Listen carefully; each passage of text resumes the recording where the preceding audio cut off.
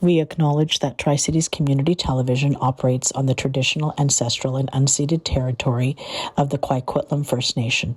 We thank the Coquitlam who continue to live on these lands and care for them along with the waters and all that is above and below.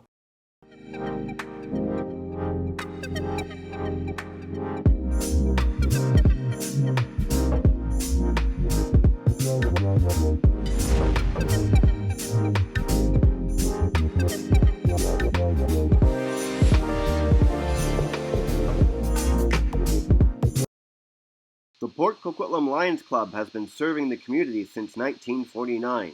They volunteer and raise funds for projects in the Tri-Cities and abroad. Up next in studio, Barry Butler of the Port Coquitlam Lions Club talks about the Poco Club and Lions International. Welcome to the Face to Face. I'm Geneviève Kyle-Lefebvre and I will be your host today. Today I am with Barry Butler from the Port Coquitlam Lions Club. Welcome, Barry. Thank you very much. It's an honor and a pleasure to be here. Absolutely. So we're going to talk about the Port Coquitlam Lions Club. Tell us a little bit about the organization.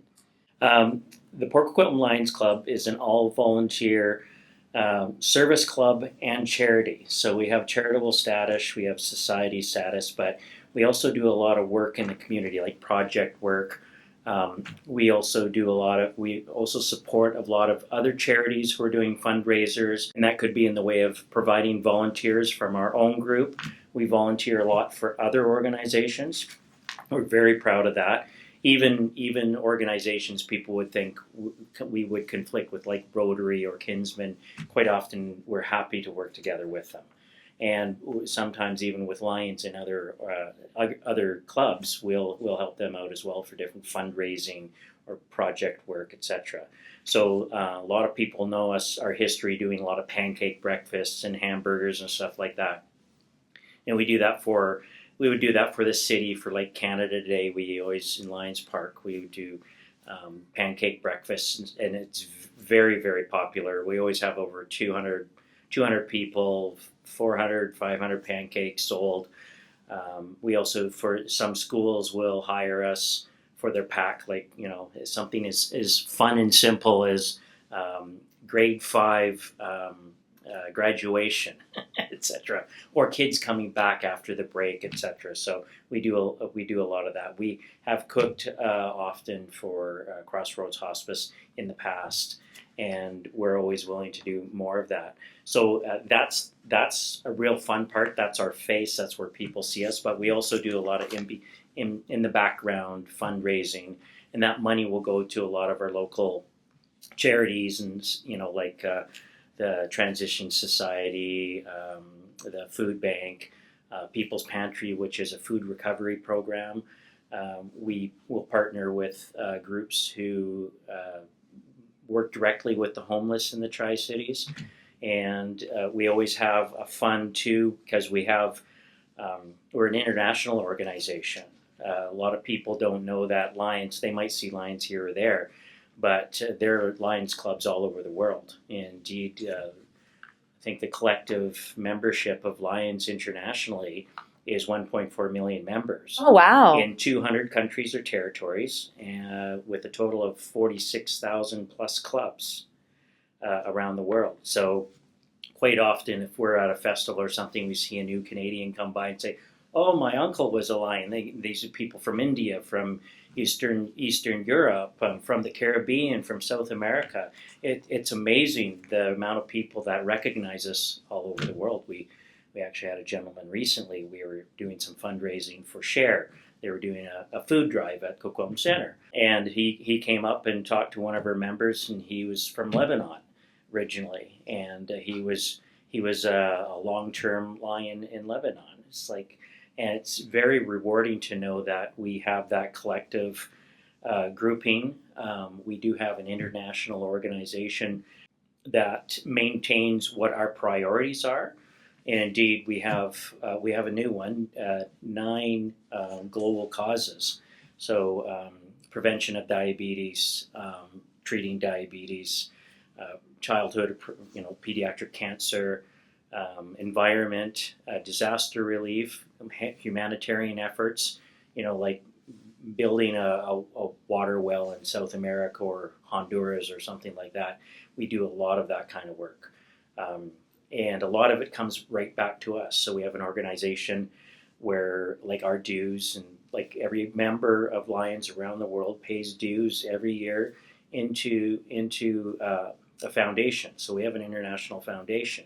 So if there's a fire in Linton or something going, a flood in the Fraser Valley, earthquake in Syria and Turkey, we can be on the ground immediately helping people in need with the resources. So we have the means to go and ask for immediate funding for that.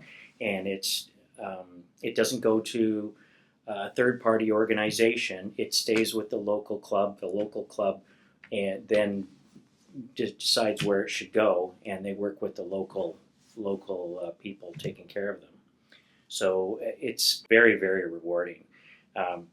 But again, like a lot of what we do, like we do meat draws at a local pub twice a week. It's very popular. The crowd loves us. They come to the pub just for that, and we know that the pub does too.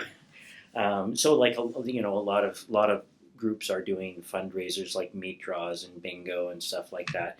And we do as much as we can with the resources we have. So we have 19 members, all members, all volunteers, all paying their dues.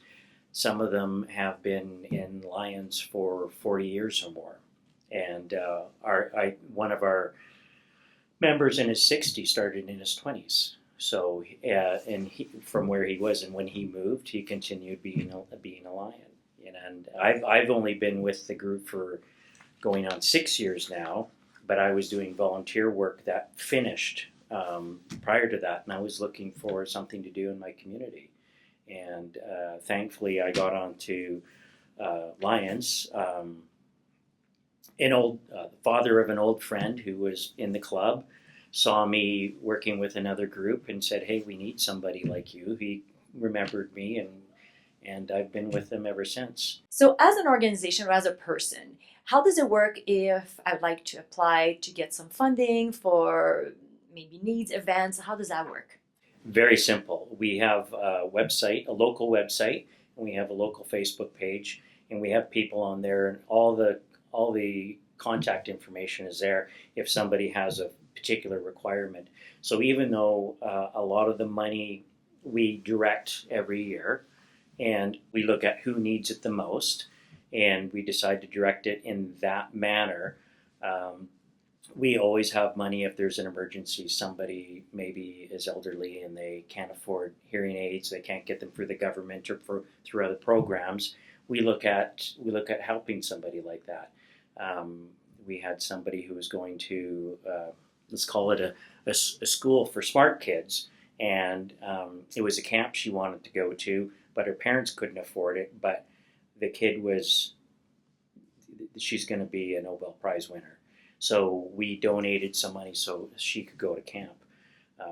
We have a sister organization too that sends kids to camp. So,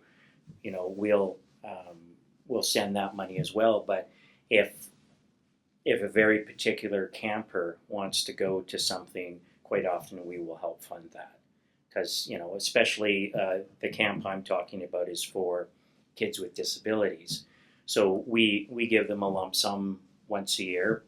But if there are certain kids who can't afford to go due to financial resources, we help them out individually like that as well. But if somebody has a special project, a capital project, maybe something that's in the tens or hundreds of thousands of dollars, we don't get requests like that very often. But we have recently joined with other Lions Club. We're doing, I guess you would call it like a capital program. Our Easter Seals House, who has respite and rooms for people coming out of town for their disabled children. They got to come from Kitimat to Vancouver to get to get some help. Care help. And so they're in a point where they need to renovate all of their rooms. Rooms are very, very expensive, in the tens of thousands of dollars. So several clubs have gotten together and said, we'll donate this, we'll donate this. Some have like gone out and fundraised specifically with that. And then we came at the end because they needed just a little bit more money. So we had secured extra money. So now we have one room being renovated. We're already on to the second. So it's just a matter of people asking. But if this was an outside organization, we would still happily look at that. Like if Rotary came to us, or Eagle Ridge Hospital Foundation came to us and said, we're looking to do neonatal care or something like that, we need a special room, we would certainly get in on that. We might not fund it all, but we might put in a large lump sum. And for capital projects, we also have access to funding from our foundation. So they, if we can raise $10,000 for something like that, or for a new school or rebuilding a school, if we can get $10,000, they would match with $10,000. Now there's always restrictions and stuff, but what we do then is we use the power of Lions, and we go to our friends. We have clubs in Surrey, we have clubs in Burnaby and Vancouver and Maple Ridge, and we go and say, hey, this is very important. Can you help us? Because we've done similar things for like Maple Ridge Hospital. There are 2 clubs out there. It has nothing to do with us, but we're all part of the same community. And, it's just like we don't just stop at the Port Coquitlam borders. We consider the Tri-Cities our community. That was my next question. I was going to ask you, is it only people in the Tri-Cities that can maybe get some help throughout your different programs? But what I'm hearing now is, of course, people from Port Coquitlam will go to you, but if someone in Coquitlam needs help, you could help also. Absolutely. And there's 2 reasonings behind that. If there isn't a local club, or the club is folded, that is one of our major struggles. Is a lot of these clubs, say starting in the 70s, when you needed 2 people working and you had kids, and there just wasn't the same time as there used to be in the 40s and 50s and stuff. You could have one person working, somebody staying at home with the family, and you could afford the time to take care of that. But now with only seniors doing that, they get tired, they get busy, they get sore, and it's harder to bring newer, younger members in. And thankfully, like when I first went in, I was the youngest member in my 50s. And my wife joined me, so she was the youngest member because she's a few months younger than me. And we've got 2 people in their 40s. So we're looking for more people like that all of the time, so that we can do more of this good work. It's not like we want to beat them and have more members in this, and that doesn't really help our status. It's the manpower, but it's also the brain power. People who have certain skills or motivations. My motivations is more in sales and marketing. So I treat the Lions like a business, and so sponsorships are going to be a new thing that we're looking at, and over the past year, I've been engaging different small businesses that I meet, even at the showcase or through the Tri-Cities, or just locally networking and finding out what they need in the way of for it to be valuable for them to be a sponsor of the Lions.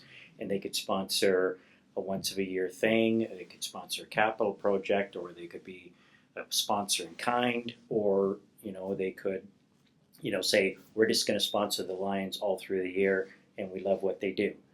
And so that's going to be very, very important for us. Options here coming. Yeah. But there are Lions clubs. We just heard about one in Eastern Ontario, northeastern Ontario.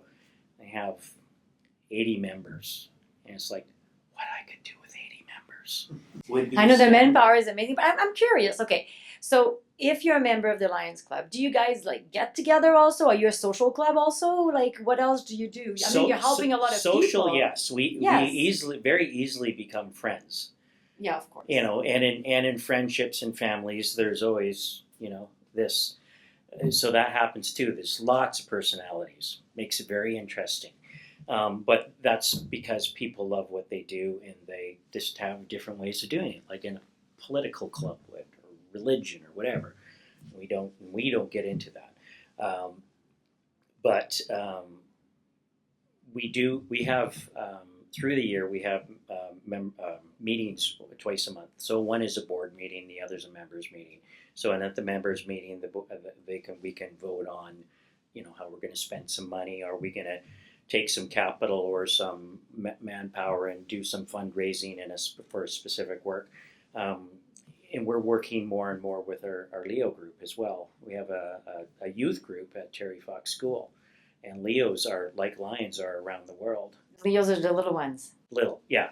Well, not as little as you would think, No. but they do look little. They have 17-year-olds about yay high, and they're a delight to work with. But so we support them in some of their endeavors as well, because they don't have the same finesse of fundraising and the maturity of like what questions to ask. A lot of them are very shy, a lot shyer than my group when we were in grade 12. We weren't shy at all. Like of course there were shy people, but you feel there's a change a little bit through time. There is, and there's a reason. Social media, right? Or like the phones being so much behind the screens. Yes. I think if we were to have a meeting with Leos, we'd have a basket and said, "In the bucket, please." In the bucket, please. Yeah. But they're a joy to deal with, and there's a lot of kids that, young people who are very interested in helping their community. Okay, Barry. Now I'm curious about volunteers. You did mention earlier, then you have a list of volunteers, but if we're listening to this right now, we want to step in, we might want to be part of the club, or we want to be volunteer in some events and in any shape or form. How can we do this, and how does this work? Yeah, volunteers are the mainstay of allowing us to do the good work that we do. And we do lean on our Leos a lot, because what's nice is they do need volunteer hours for graduation, but we don't take advantage of that. They're just great to work with, and they're family to us. But anybody who wants to volunteer with us, again, they can reach us through our website or through our Facebook page, and there's lots of contact information there. And somebody will reach out to one of our membership people. And if they just want to volunteer, that person will just liaise to myself and find out, and then we just start with a call, and how would they like to help out? What's their motivation? What's their priorities? What are they passionate about? Because there are 100 different things you can do in the Lions to help with your community. And because we have so many global pillars, they can do anything they want. And even a volunteer can come in and talk to a member and say, I would like to start cleaning up Hyde Creek every week. There's a lot of high school kids going back and forth. And it's nice that the city of Port Coquitlam has the Adopt a Spot. We're actually adopting our own spot. Our Leos are going to adopt their spot, so we want to make sure that everybody's doing what we can. But I was a teenager once, and our house was between 3 high schools, and there was always garbage everywhere, and there still is. So, if they wanted to come in and do something like that, or there was, diabetes, they said, well, my uncle or my family or my grandmother has diabetes, it's really hard. Can we do something around diabetes? Absolutely. So volunteers can come in and actually kind of create a direction. And then if they want to be more involved, they can go from volunteer to member. And it's a nice way to find out about the Lions, is come in, do a project with us, be a volunteer, whether it's flipping burgers or pancakes or running food or, just volunteering. We had a new volunteer come out when we were with the food drive, so it's like oh, you guys are doing great work. I want to be part of this, right? So, and what's nice, it kind of steamrolls. The more volunteers we get, the more projects we can do, which means we need more volunteers. So we want more volunteers, but we also want to keep them engaged and we want to keep them busy, so that they get something. If they're only doing something a couple times a year, it's not very interesting. So we want to engage them and teach them about what we're doing and how we're helping in the community. And quite often, if they need more, we'll reach out to other organizations, whether it's Rotary or Kinsman or Crossroads or Share, and say, hey, we have somebody who's interested in volunteering. Can I give you their number and give them first right of refusal? They may say no, they may be busy, but you don't know. And that's really nice. So lots of people start as volunteers, but I haven't seen a volunteer start and stay with us as a volunteer. They very quickly become members. Yeah, and we try and make that easy. There are dues, and that's how our foundation is funded, is by dues. The money we raise, we try and keep in the community as much as possible. And occasionally we will donate to our foundation on top of our dues because they are doing such great work. I mean, when that money comes to us, we're getting, the people locally are getting the benefit. Fraser Valley Flood, Linton, this kind of thing. So we have to be a part of that. Our community isn't just the Tri-Cities in Port Coquitlam. There could be something, a mountain slide, North Van, who knows? But you don't want to be just take. Everybody in our community. So if we siphon off a little bit and donate it to a foundation who is going to, in turn, eventually turn around and help other local people, other Canadians, maybe they're from Southwest Washington, who cares? These people need help. We should be a part of it. We're a worldwide organization. Yeah, I can see that. And that's very important. So, but again, on the membership, so people can come be members, and once they are members, they can decide to join or create a committee around a certain project. Could be kindness, could be membership, could be fundraising. Maybe if they're a business person, they say, oh, so you guys are looking for sponsorships. I'm good at that kind of stuff. I know lots of people. That would be good for them. Then they can also elect to become a director. Once they're a director, they can vote on certain things too, so they have more authority. So I'm curious now. This is amazing, but what's the hope in the future? What is there anything new coming? What's happening? What's your vision? I'll start small. Okay. So for the Port Coquitlam Lions, I've challenged our Lions to double our membership. Okay, we started with membership numbers. So we have 19-20 members. If one member brings in one person, we've done it. We doubled. We've done it. And that makes a tremendous difference, because we'll try and take on a program and a lot of Lions will say no because we don't have the manpower, we don't have the energy, we're too busy doing other things. Also, too, because we are fundraising, we got to take on projects that are worthy to us. Now, we do a lot of projects at no extra charge, because we are a service club. That's like I'm saying, if somebody's doing a pancake breakfast and it's for a pack, or for, we've done stuff for dry grad, etc. We don't charge them. Like normally, if it was a for-profit or non-profit business related, we would ask for a donation. But otherwise, we just volunteer and we do it. We have the equipment, we have the know-how. It's like the Army, like MASH, coming in and taking care of it. We're happy to do that. But the future is we need more members, and they are there because once I got into the Lions, I became very, very curious. And it's a massive organization, and it's like a military precision kind of thing, except everybody's volunteers. So they do what they want when they want to do it. But they do take, if they take a officer position, they're very strict about, yes, that's very important to me. They'll they'll spend their own money and do things like that and go and meet clubs and motivate them, etc. But we've seen smaller communities doing more.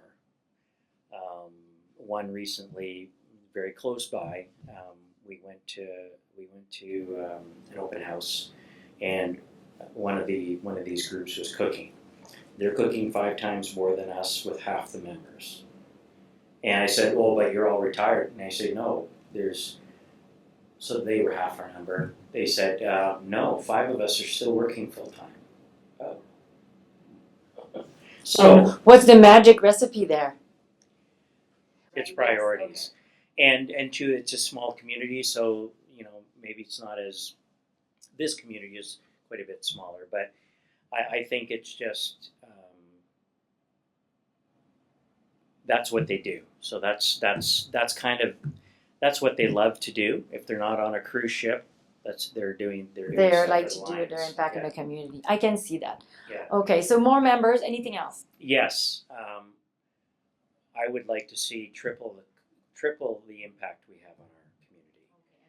Yeah, and in more silos. So environment is a big one for us. There's lots of deforestation in urban areas. We're losing bees, we're losing pollinators, etc. I belong to a volunteer garden group. There's 500 of us in Greater Vancouver called Master Gardeners, and this is a big thing for us. So when we see five houses that have been there for several decades, we know that soil in the backyard is beautiful soil. There's a bio family of nice little critters down there making nice soil for plants and vegetables and trees and shrubs and bushes that give us life. But then when they scrape that down like the moon and put on a condo, you've lost all that nice richness. And it seems, doesn't matter which of the 3 communities we're talking about, and more, so that's 4. It's easy to knock down trees if you're in business, but if you have a tree in your yard and you want to knock it down, it's going to cost you $1,000 because knock it down, it's $1,000 fine without a permit. But the city lets this be done. All the houses in the Tri-Cities, when they were built, they probably all had trees on their lot, lots of trees. The neighbor of mine had 6 or 7 conifers, probably, 100 years old. And because they needed to do new sewer, the sewer was going to cut the trees down, or the roots, because the roots came underneath the alley, and they had to do a new sewer because they're putting 120 people next door to us. And they said, "We got to take these trees down. But if you don't want us to take this tree down and your tree falls, the liability is yours, even though we are the ones who damaged the tree." So not only did we lose the trees on 6 houses across from us, we lost our neighbors' trees. So where do the squirrels go? Where do the raccoons go? Where do the birds go? Et cetera, et cetera, et cetera. So we would just like the government to know we're concerned about this, and that you don't have the ability and the right. So it's this awareness, and in both Lions and Master Gardeners, it's a big concern to us. Lots of people saying, and traffic, we're all in traffic. So traffic backs up. There's more cars, not less cars, and doing more for seniors, doing more within the community. I think I read a report. There's like 1,500 nonprofits in the Tri-Cities. 1,500. That's a lot. Yeah, I'm sitting there. Oh my God! And they all need support, and some of them are they don't know they're standing side by side doing the same thing instead of working together. But we're a big family. We have a big organization, and we're looking at things like even having a nonprofit festival for all the charities, and we'll pay for it, or we'll have it funded, or we'll get a sponsor, right? So we're looking for big things. Okay, that's interesting. A collaborative festival. Come and I don't know, we'll bring ideas out there. But it's when we throw ideas out there, then people are just like, yes, I want to do this. That's a great idea. Let's put it. And we would like to be one of the go-tos. Like somebody said,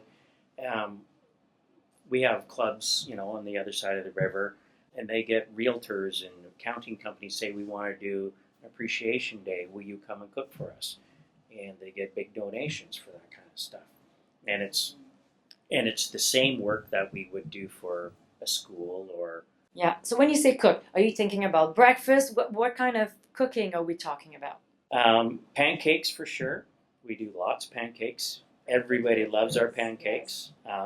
We have an army. We have members that will only come out for pancakes and hot dogs and hamburgers. We're very good with hamburgers, and we're very finicky about what we cook because we don't want to cook for junk, because then people think we're not good at that. So even though we do it for free, we still have some pride. Yes. We would like to do more of that. But looking forward, we're not very busy in the early spring. So for a year and a bit, we've been talking about, let's do an Easter egg hunt. Lions Park is our namesake. Lions Park in Port Coquitlam, a lot of people might know, we don't own the park, but it was Lions land, and they deeded the land to the city and paid for the park to be created and all the equipment and everything. So that's why it's still called Lions Park. So that's our namesake, but it's a beautiful spot, and we could have a lovely fundraiser, fun thing for the community. More community. We want to get in front of the community and do more fun things. Something very, very simple. We work hand in hand very well with the city of Port Coquitlam. They're very good to us. I guess one of the things too is I know how to get the tears going. So well, we've got to pay for this or pay for that. Somebody's not going to get fed. They say okay. So they help us out a lot. But so they have a lot of great rooms in our new city civic center there. Maybe we could do Mother's Day breakfasts.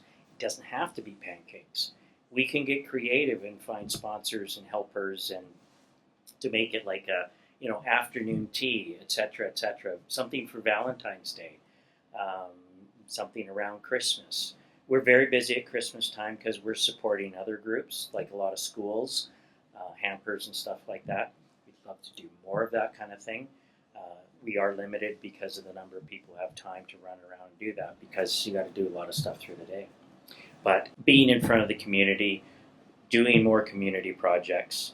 I'll give you, for instance, there's a small town on the north coast of California. I think they have 5,000 people in their town, but they have smaller, say, towns and villages nearby. They have 500 lions in a town of 5,000 people. Wow. They have. I feel like one person of every family is in the Lions minimum. It's actually kind of like the mafia. If there's anything in the community that's going to happen, they have to touch it. Okay. They basically run the town, but because they're a seaside community, they're out on the beach. They're doing fish fries and stuff like that. And their Leos are very active. They have last I read, 150 Leos from one school, and once they've graduated, they automatically become a Leo or a Lion. Lions. You don't graduate without becoming a Lion. So even if you're going to go across the world or across the country to university, you have to become a Lion, and you have to pay your dues, and you have to be active in some way. And that's what's amazing. nice with groups like that, we have virtual groups too. You would like that here too? 500 members? It would be amazing, right, Barry? Oh my goodness. Barry, that's amazing. So a lot of things are coming in the future, a lot of hopes. I think I like the vision. I like what you're creating around you. I like your energy. I think when did you take the position as a president? Beg your pardon? When did you take the position as a president? July. just July. Yeah. So, So I have a lot of work to do. a lot of work to do, but I get it. It's one step at a time. Well, thank you for coming to talk with us today, because if you don't share what you're up to and your ideas, then Yes. we need to get out there as nonprofit, right? Yes. And talk to people. Yeah. I want to say thank you for everything you do. Thank you for taking that position. You're very and welcome. coming and talk with Yeah, us today. and to the community, always do what you can do. Don't sell yourself short. There's always something you can do. You can always make a massive difference. If everybody in the community was doing just a very, very little bit, Yes. and doing it in partnership with other people. Well, thank you so much, Barry, for joining us. It was a pleasure to have you with us. Yeah, mine as well. Thank you. Absolutely. From Tri-Cities Community Television and myself, Geneviève Kyle-Lefebvre, thank you so much for joining us today.